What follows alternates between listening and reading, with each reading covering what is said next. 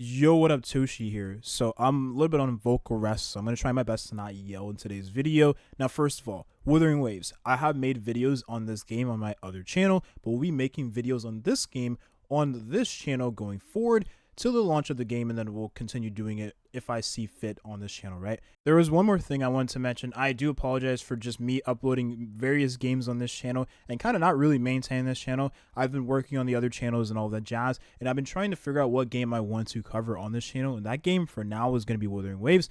So anyways, let's hop into the video. We have 20 million pre-registrations for Wuthering Waves, which is a massive amount. Now, there was some that believed we couldn't get this far. There was some that believed that this was going to be the peak, and there was some that believed we were going to reach this way earlier. Now, Wuthering Waves is a pretty popular game, and the fact of the matter is, Kuro Games hasn't even done their biggest marketing push for the game yet. You can expect that to happen at the beginning of next month, is when they'll start doing their huge marketing push for the game, most likely. And once they do that, these pre-registration numbers will be blown out of the park. Now, there is some that also do believe this number can be botted. So take it with a grain of salt. 20 million might not be 20 million individual players, but rather 20 million different accounts that, click the pre-registration button, right? And it could be inflated from the company botting stuff like that. So who knows what the actual real number is, but I would say there is a lot of hype around the game. Now, as for the pre-registration rewards, when I did go over the rewards for Honkai Star Rail pre-registration and the release of that game, the rewards were definitely around the same tier rewards you're going to get for Wuthering Waves.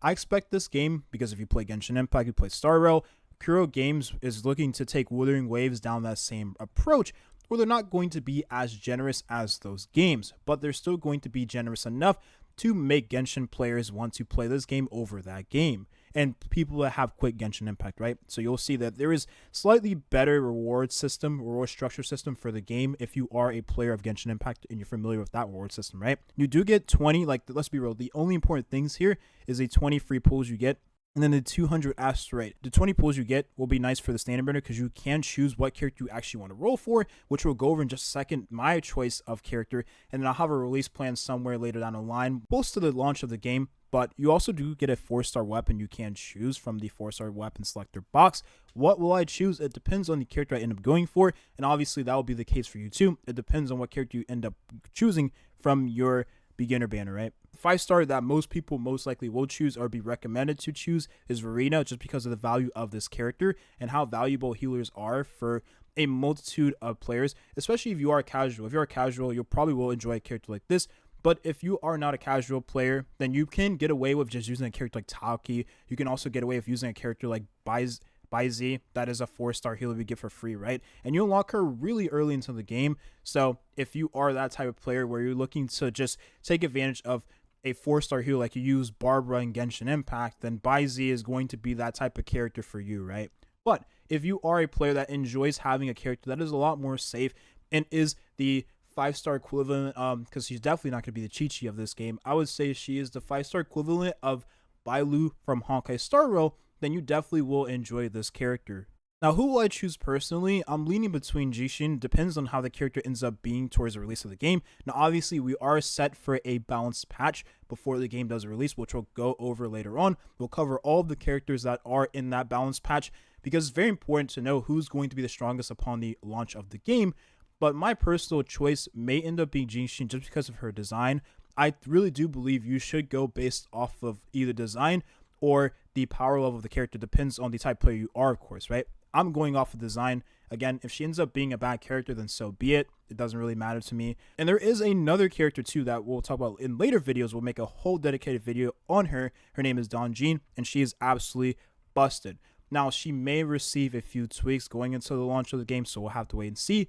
But she's a character that you can get away with just using instead of using 5-star DPS characters. Encore is pretty cool, right? A fire attacker is very nice. It really just depends on the character you want, and I assume that a lot of players will just go for this character based on her design, or maybe you loved her recent Resonance trailer. There is a lot of reasons as to why you would choose this character over others, so I'm not going to fault you if that's the case. And if you are a fan of Cao Charo, then this is a character that you should definitely choose as well. Now, obviously, considering he'll be one of the few husbandos that you'll get early on into the game, I'm most definitely sure this is a character a lot of you will choose.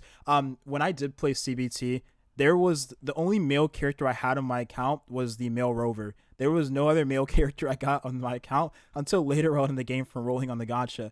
So if you are that type of player where you want to play with male characters, then obviously this will be the character you go for, because the game, at least when I played, didn't really give you too many, let's be real, didn't give you any male characters. You have to roll for them. But that's going to be the video here. I just want to go over the character I'll be choosing from my 5-star selector. Of course, I will go over this in future videos. I keep saying selector. It's not a selector. I'm just saying selector because you can choose the banner you want to roll on. But I'll go over this in future videos when we make our release plan.